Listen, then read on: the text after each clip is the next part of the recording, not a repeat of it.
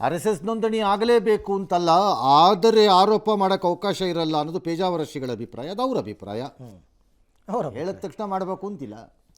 ಇನ್ನು ಪ್ರತಾಪ್ ಸಿಂಹ ಯಾರೋ ಮಾತಾಡ್ಬಿಟ್ಟು, ಅಯ್ಯೋ ಪ್ರಿಯಾಂಕ್ ಖರ್ಗೆ 3 ವರ್ಷದಲ್ಲಿ ಅವ್ರು ಇಲಾಖೆಯಲ್ಲಿ ಮಾಡಿದ ಕೆಲಸ ಏನ್ರಿ ಫಸ್ಟ್ ಹೇಳ್ರಿ, ಅದು ಬಿಟ್ಬಿಟ್ಟು ಉಳಿದಿದ್ದೆಲ್ಲ ಲಬಲಬಲಬಲಬೋ ಅಂತಾರೆ, ಅದು ಬಿಟ್ಬಿಟ್ಟು ಏನಿಲ್ಲ ಅಂತ. ನಿರಾಣಿ ಅಯ್ಯ ಅವ್ರೊಂದು ಕಾಗದದ ಹುಲಿ ಬಿಡ್ರಿ ಅಂದಿದ್ದಾರೆ. ಸರಿ, ಅವ್ರು ಕಾಗದದ ಹುಲಿನೋ ರಟ್ಟಿನ ಹುಲಿನೋ, ಹಾಂ, ರಟ್ಟೋ ಕಾಗದಾನೋ, ಒಟ್ಟಲ್ಲಿ ಒಂದು ಇಶ್ಯೂ ಅಷ್ಟೇ. ಒಂದು ನಿಜ, ಪ್ರಿಯಾಂಕ ಖರ್ಗೆ ಹ್ಯಾಸ್ ಒಂದು ಎಕ್ಸ್ಟ್ರಾ ಪವರು ಮತ್ತು ಲೆವರೇಜು, ಅಟ್ರಾಕ್ಷನ್ನು, ಇಂಪಾರ್ಟೆನ್ಸು ಇದೆ ಬಿಕಾಸ್ ಆಫ್ ಹಿಸ್ ಫಾದರ್. ಅದು ಅದರಲ್ಲಿ ಅನುಮಾನ ಇಲ್ಲ. ಅದನ್ನು ಪ್ರಿಯಾಂಕ ಖರ್ಗೆನೂ ಅಲಗಳಿಯೋಕ್ಕಾಗಲ್ಲ. ಇವತ್ತು ಪ್ರಿಯಾಂಕ ಖರ್ಗೆ ಏನೋ ಅದು ಅವ್ರ ಅಪ್ಪನಿಂದ ಅಷ್ಟೇ. ಆಮೇಲೆ ಅವ್ರು ಇಂಪ್ರೂವ್ ಮಾಡ್ಕೋಬೋದು, ಇನ್ನೂ ಚೆನ್ನಾಗಾಗ್ಬೋದು ಅವರು, ಬೇರೆ ವಿಚಾರ.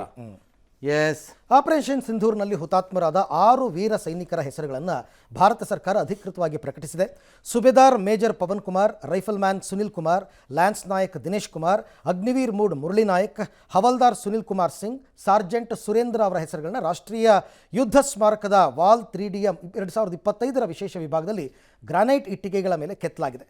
ಇನ್ನು ಮುಂದೆ ಸ್ಮಾರಕಕ್ಕೆ ಭೇಟಿ ಕೊಡ್ತಕ್ಕಂಥ ಲಕ್ಷಾಂತರ ಸಂದರ್ಶಕರು ಹಾಗೂ ದೇಶದ ನಾಗರಿಕರು ಇವರ ಶೌರ್ಯ, ಸಾಧನೆ, ಸಾಹಸಗಾಥೆ ಎಲ್ಲವನ್ನ ಓದಿ ತಿಳ್ಕೋಬಹುದು.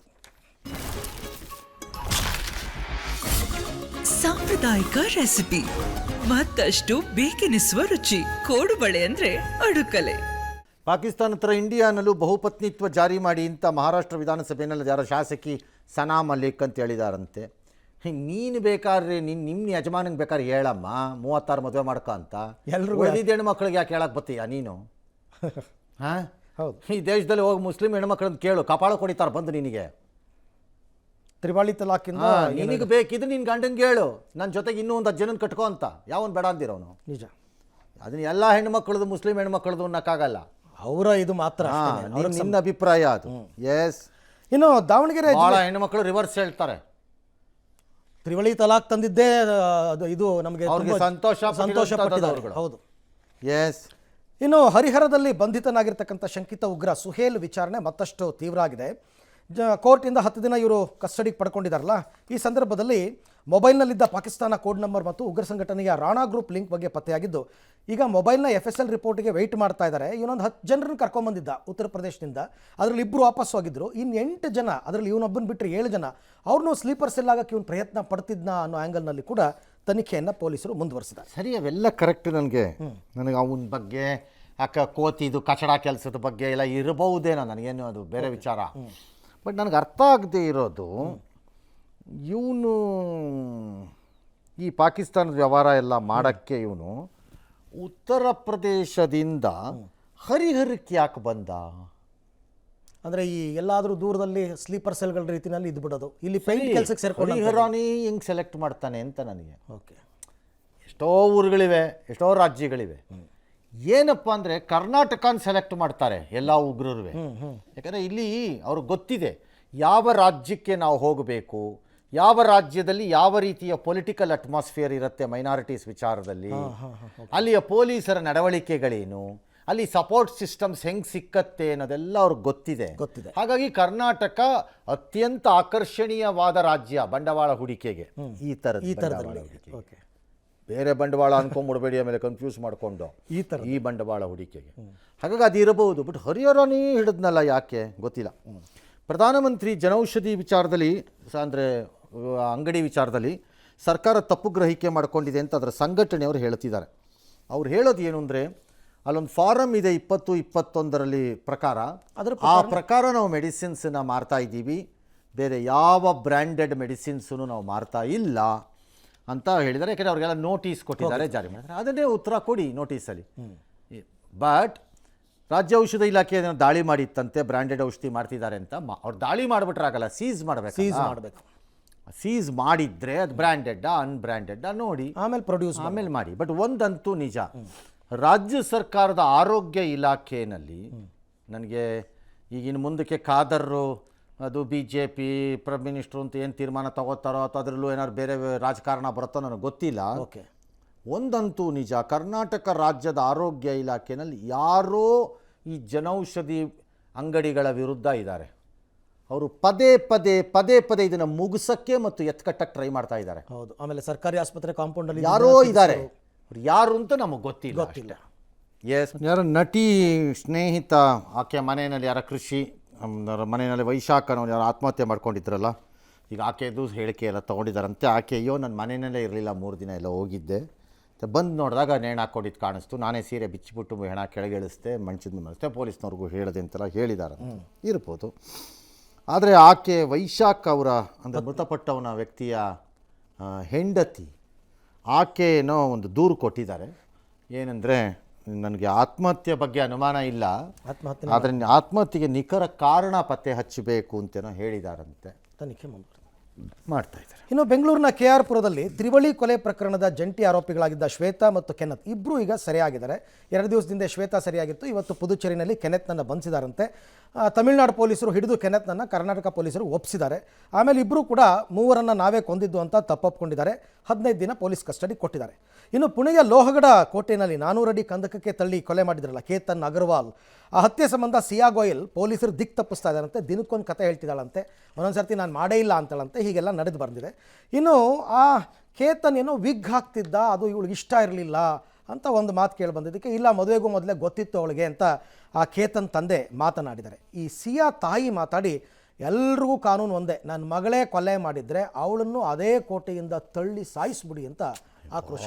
ಅದು ಸಾರ್ವಜನಿಕ ಕನ್ಸಂಪ್ಷನ್ಗೆ ಹೇಳಿರೋದು ಅಷ್ಟೇ.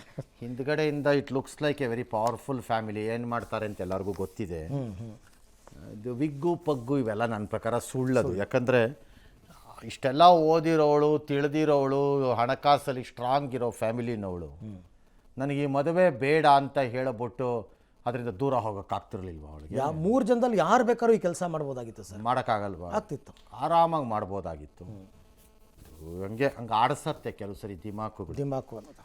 ಕೇವಲ 1 ನಿಮಿಷದ ಅಂತರದಲ್ಲಿ 2 ಪ್ರಬಲ ಭೂಕಂಪಕ್ಕೆ ಗುರಿಯಾಗಿರುವಂಥ ವೆನೆಜುವೆಲಾದಲ್ಲಿ ಈಗ ಸಾವಿನ ಸಂಖ್ಯೆ ಸುಮಾರು 600ಕ್ಕೆ ಹೋಗಿದೆ. 2,500 ಜನ ಗಾಯಗೊಂಡಿದ್ದಾರೆ. ಎಷ್ಟು ನೂರಾರು ಮಂದಿ ಅಥವಾ 1000 ಮಂದಿ ಅವಶೇಷಗಳ ಕೆಳಗಡೆ ಇದ್ದಾರೆ ಅನ್ನೋದು ಲೆಕ್ಕ ಸಿಗ್ತಾ ಇಲ್ಲ. ತೆಗ್ಯಕ್ಕೂ ಆಗ್ತಾ ಇಲ್ಲ, ಭಾಳ ಕಷ್ಟ ಆಗ್ತಾ ಇದೆ ಅವ್ರಿಗೆ ತೆಗ್ಯಕ್ಕೆ. ಅಲ್ಲಲ್ಲಿ ಮಕ್ಕಳು, ಮಹಿಳೆಯರು, ವೃದ್ಧರು, ಇತರ ವಯಸ್ಸಾದವರು ಎಲ್ಲ ಸಿಗ್ತಾ ಇದ್ದಾರೆ. ಬದುಕಿರೋರನ್ನೇ ಎತ್ತುತ್ತಿದ್ದಾರೆ ಮೇಲಕ್ಕೆ. ಭಾಳ ಮನಕಲಕುವ ದೃಶ್ಯಗಳು ಆ ದೇಶದಿಂದ ಬರ್ತಾ ಇದೆ. ಅಂತಾರಾಷ್ಟ್ರೀಯ ಮಟ್ಟದಲ್ಲಿ ಹಲವಾರು ದೇಶಗಳು ಅದಕ್ಕೆ ಪ್ರತಿಕ್ರಿಯೆಯನ್ನು ಕೊಟ್ಟಿವೆ, ಇನ್ಕ್ಲೂಡಿಂಗ್ ಭಾರತ.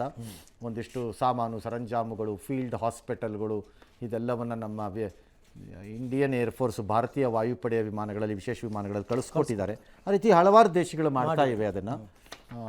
ಬಟ್ ಪರಿಸ್ಥಿತಿ ಮಾತ್ರ ಭಾಳ ವಿಕೋಪಕ್ಕೆ ಹೋಗಿದೆ. ಬಂಡೀಪುರ ಮತ್ತು ನಾಗರೋಳೆ 2 ಕಡೆ ಸಂರಕ್ಷಿತ ಪ್ರದೇಶದಲ್ಲಿ ಪೂರ್ಣ ಪ್ರಮಾಣದಲ್ಲಿ ಸಫಾರಿ ಆರಂಭಿಸೋದಕ್ಕೆ ಸರ್ಕಾರ ನಿರ್ಧಾರ ಮಾಡಿದೆ. ಒಂದು ಸಮಿತಿ ರಚನೆ ಮಾಡಿದ್ರು. ಅವರ ಶಿಫಾರಸ್ಸಿನ ಪ್ರಕಾರ ನಿಯಂತ್ರಿತ ರೀತಿಯಲ್ಲಿ ಜಂಗಲ್ ಸಫಾರಿ ನಡೆಸೋದಕ್ಕೆ ಸೂಚನೆ ಕೊಟ್ಟಿದ್ದಾರೆ. ಇನ್ನು ಬಂಡೀಪುರದಲ್ಲಿ ಯಾರೋ ಕಾಡಾನೆ ಇದೆ ಅಂತ ಗೊತ್ತಿದ್ರು ಕಾರ್ ನಿಲ್ಲಿಸ್ಬಿಟ್ಟು ಹುಚ್ಚಾಟ ಮಾಡೋಕ್ಕೆ ಹೋಗಿದ್ದಾನೆ. ಆ ಕಾಡಾನೆ ಅಟ್ಯಾಕ್ ಮಾಡೋಕ್ಕೆ ಬರ್ತಾ ಇದ್ದಂಗೆ ಕಾರ್ ಹತ್ಕೊಂಡು ಎಸ್ಕೇಪ್ ಆಗಿದ್ದಾನೆ. ಇನ್ನು ಮುತ್ತತ್ತಿಯ ಕಾವೇರಿ ನದಿಯಲ್ಲಿ ಚನ್ನಪಟ್ಟಣದ 5 ಜಲಸಮಾಧಿ ಆಗಿದ್ರಲ್ಲ, ಈಗ ಬ್ಯಾರಿಕೇಡ್ ಹಾಕಿ ಅಂತಂದ್ಬಿಟ್ಟು ಅಲ್ಲಿನ ಜಿಲ್ಲಾಧಿಕಾರಿಗಳಿಗೆ ಉಸ್ತುವಾರಿ ಸಚಿವ ರಾಮಲಿಂಗಾರೆಡ್ಡಿ ಅವರು ಸೂಚನೆ ಕೊಟ್ಟಿದ್ದಾರೆ. ಇನ್ನು ಮುತ್ತತ್ತಿನಲ್ಲೇ ಕೆಸ್ತೂರು ಗ್ರಾಮದ ವೈದ್ಯ ರಕ್ಷತ್ ಗೌಡ ಅವನವರು ವಿಷ ಕುಡಿದು ಸೂಯಿಸೈಡ್ ಮಾಡ್ಕೊಂಡಿದ್ದಾರೆ. 2 ದಿವಸದಿಂದ ನಾಪತ್ತೆ ಆಗಿದ್ದರು. ಇವತ್ತು ಡೆಡ್ ಬಾಡಿ ಸಿಕ್ಕಿದೆ. ಬಂಡೀಪುರದಲ್ಲಿ ಕಾರ್ ನಿಲ್ಲಿಸಿ, ಫಸ್ಟ್ ಆಫ್ ಆಲ್ ಅಲ್ಲಿ ಕಾರೇ ನಿಲ್ಲಿಸಬಾರ್ದು. ಅಲ್ಲಿ it's not A parking zone. ನೀವು ಪಾರ್ಕೇ ಮಾಡಬಾರ್ದು ಅಲ್ಲಿ ಕಾರ್ನ. ಫಸ್ಟ್ ಆಫ್ ಆಲ್ ಸ್ಟಾಪ್ ಮಾಡಿ ಈ ಆಟ ಆಡಿರೋನ್ ಕಾರ್ ನಂಬರ್ನ ಹುಡುಕಿ ಇನ್ನೊಂದು ದಿನ ಅವ್ನು ಬಂಡೀಪುರದ ಫಾರೆಸ್ಟ್ ಒಳಗೆ ಬರ್ದಂಗೆ ಮಾಡಬೇಕು ಅಷ್ಟೇ. ನೀನು ಎಜುಕೇಟೆಡ್ ಅಪ್ಪ, ನಿನಗೆ ಆ ಕಾರ್ ತೊಗೊಳ್ಳೋ ಯೋಗ್ಯತೆನಾದ್ರು ಇದೆಯಾ ಅಂತ ಕೇಳ್ಕೋಬೇಕು. ನೀನು ಮರ್ಯಾದೆ ಇದ್ದರೆ ನೀವು ಎಜುಕೇಟೆಡ್ಡಾ? ಕಾಮನ್ ಸೆನ್ಸ್ ಬೇಡ ಸ್ವಲ್ಪ? ರೀಲ್ಸ್ ಹುಚ್ಚು ಸರ್, ಎಲ್ಲ ರೀಲ್ಸ್ ಮಾಡ್ಕೊಳ್ಳೋಣ. ಅದನ್ನೇ ಹೇಳಿದ್ದು ನಾನು. ಇನ್ನು ಕಾವೇರಿ ನದಿಯಲ್ಲಿ ನೀವು ಜಲಸಮಾಧಿಯಾಗಿದ್ದಕ್ಕೆ ಬ್ಯಾರಿಕೇಡ್ ಹಾಕ್ತೀವಿ ಅಂತೀರಿ. ಮೋಸ್ಟ್ ಇಂಪ್ರಾಕ್ಟಿಕಲ್ ಇದು. ಎಲ್ಲಿಗೆ ಅಂತ ಬ್ಯಾರಿಕೇಡ್ ಹಾಕ್ತೀರಿ?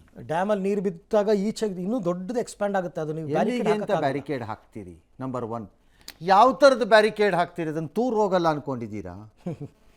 ಓದಿರೋ ಅಂತಹ ಕಂತ್ರಿಗಳು ಫಾರೆಸ್ಟ್ನಲ್ಲೇ ಒಳಗಡೆ ನಿಲ್ಲಿಸಿ ಅಷ್ಟು ಅಗಾಧವಾದ ಪ್ರಾಣಿ ಮುಂದೆ ಡ್ಯಾನ್ಸ್ ಮಾಡೋಕ್ಕೆ ಹೋಗೋ ಗಿರಾಕಿಗಳು ನಿಮ್ಮ ಬ್ಯಾರಿಕೇಡನ್ನು ಬಿಡ್ತಾರಾ? ಕೆಳಗಿಳಿದ್ಬಿಟ್ಟು ಹೋಗ್ತಾರೆ. ಇದು ಹುಚ್ಚರ ದೇಶ ಹೆಚ್ಚು ಕಡಿಮೆ ಒಂಥರ ಇಂಥ ವಿಚಾರದಲ್ಲಿ. ಹೌದು, ಅರ್ಥ ಆಯ್ತಲ್ವಾ? ಹಾಗಾಗಿ ಸುಮ್ಮನೆ ಬಿಟ್ಬಿಡಿ, ಸತ್ರ ಸಾಯ್ಲಿ ಅಷ್ಟೇ. ಇನ್ನೇನು ಮಾಡೋಣ ಅದಕ್ಕೆ? ಏನು ಮಾಡೋಣ? ಒಂದು ಬೋರ್ಡ್ ಹಾಕ್ಬಿಡಿ, ಸಾಯ್ತೀರಿ ಅಂತ ಅಷ್ಟೇ. ಏನು ಹೇಳೋದು ಮತ್ತೆ ಇದಕ್ಕೆಲ್ಲ ಹುಡುಗಾಟಗಳಿಗೆ? ನದಿಗೆ ಬ್ಯಾರಿಕೇಡ್. ಬೆಂಗಳೂರು ತೊಗೊಳ್ಳಿ. ಬೆಂಗಳೂರು ಮೈಸೂರು ರಸ್ತೆಯ ಚಲಗಟ್ಟ ಮೆಟ್ರೋ ನಿಲ್ದಾಣದಿಂದ ಮಾಗಡಿ ರಸ್ತೆಯ ಕಡಬಗೆರೆ ಕ್ರಾಸ್ಗೆ ಸಂಪರ್ಕ ಕಲ್ಪಿಸುವ BDAಯ ಬಹುನಿರೀಕ್ಷಿತ SM ಕೃಷ್ಣ ರಸ್ತೆಯನ್ನು ನಾಳೆ ಮುಖ್ಯಮಂತ್ರಿ DK ಶಿವಕುಮಾರ್ ಲೋಕಾರ್ಪಣೆ ಮಾಡ್ತಾ ಇದ್ದಾರೆ. ಕೆಂಪೇಗೌಡ ಜಯಂತಿಯ ದಿನದಂದೇ ಈ ಕಾರ್ಯಕ್ರಮ ಕೂಡ ನಡೀತಾ ಇದೆ. ಕೆಂಪೇಗೌಡ ಬಡಾವಣೆಯ ಎಲ್ಲ 9 ಬ್ಲಾಕ್ಗಳ ಸಂಚಾರಕ್ಕೂ ಕೊಂಡಿ ಕಲ್ಪಿಸುವ ಈ ದಶಪಥ ರಸ್ತೆಯನ್ನು 631 ಕೋಟಿ ರೂಪಾಯಿ ವೆಚ್ಚದಲ್ಲಿ ನಿರ್ಮಿಸಲಾಗಿದೆ. 10.7 ಕಿಲೋಮೀಟರ್ ಉದ್ದ, 100 ಮೀಟರ್ ಅಗಲ, 10 ಲೇನ್ಗಳ ರಸ್ತೆ ಇದು. ಇಲ್ಲಿ 3 ಪ್ರಮುಖ ಅಂಡರ್ಪಾಸ್ಗಳು, 11 ಸೇತುವೆಗಳು, 270 ಮೀಟರ್ ಉದ್ದದ ಸುರಂಗ ಮಾರ್ಗ, ಅಗಲವಾದ ರಸ್ತೆ ವಿಭಜಕ, ಆಧುನಿಕ ಸರ್ವಿಸ್ ರಸ್ತೆ, ಸೈಕಲ್ ಟ್ರ್ಯಾಕ್ ವ್ಯವಸ್ಥೆ ಎಲ್ಲ ಹೊಂದಿದೆ. ಪೀಣ್ಯ, ಕೆಂಗೇರಿ, ಮೈಸೂರು, ಮಾಗಡಿ, ಹಾಸನ, ಕುಣಿಗಲ್, ಮಂಡ್ಯ ಮತ್ತು ರಾಮನಗರ ಭಾಗದಿಂದ ಬೆಂಗಳೂರಿಗೆ ಸಂಚರಿಸುವ ಸಾವಿರಾರು ಪ್ರಯಾಣಿಕರಿಗೆ ಇದು ಅನುಕೂಲವಾಗುತ್ತೆ. ನೈಸ್ ರೋಡ್ಗೆ ಪರ್ಯಾಯ toll free, signal free. NICE ರೋಡ್ಗೆ ಪರ್ಯಾಯ ಅನ್ನೋದು ಭಾಳ ಇಂಪಾರ್ಟೆಂಟ್. ಹೌದು. ಇದನ್ನು ಮಾಡಿಬಿಟ್ಟು ಆಮೇಲೆ ನೈಸ್ ರೋಡಲ್ಲಿ ಇವಾಗ ಯಾರಿಗೂ ಆ ಕಡೆ ಈ ಕಡೆ ಹೋಗೋಕೆ ಬಿಡ್ತಿಲ್ವಲ್ಲ. ಮೆಲ್ಲಿಗೆಲ್ಲ ಪಾಲಿಟಿಷಿಯನ್ಗಳು, ಪವರ್ಫುಲ್ ಫೆಲೋಗಳು ಕಾಂಪೌಂಡ್ಗಳನ್ನು ಒಡ್ಕೊಂಡು ಅದಕ್ಕೆ ಏನೇನೋ ನಿಯಮಗಳಲ್ಲಿ ಲೂಪ್ ಹೋಲ್ಗಳನ್ನು ಹುಡುಕೊಂಡು ಈಗ ಅದೆಲ್ಲ ಜಮೀನು ಡೆವಲಪ್ ಮಾಡೋಕ್ಕೆ ಮಾಡ್ತಾರೆ. ಇದು ಅದರದ್ದು ಭಾಗ ಇರಬಹುದೇನೋ, ಗೊತ್ತಿಲ್ಲ ನನಗೆ. ಬಟ್ ಒಳ್ಳೇದಾಗಲಿ, ಒಂದು ರೋಡ್ ಆಗ್ತಾ ಇದೆ ಅಷ್ಟೇ.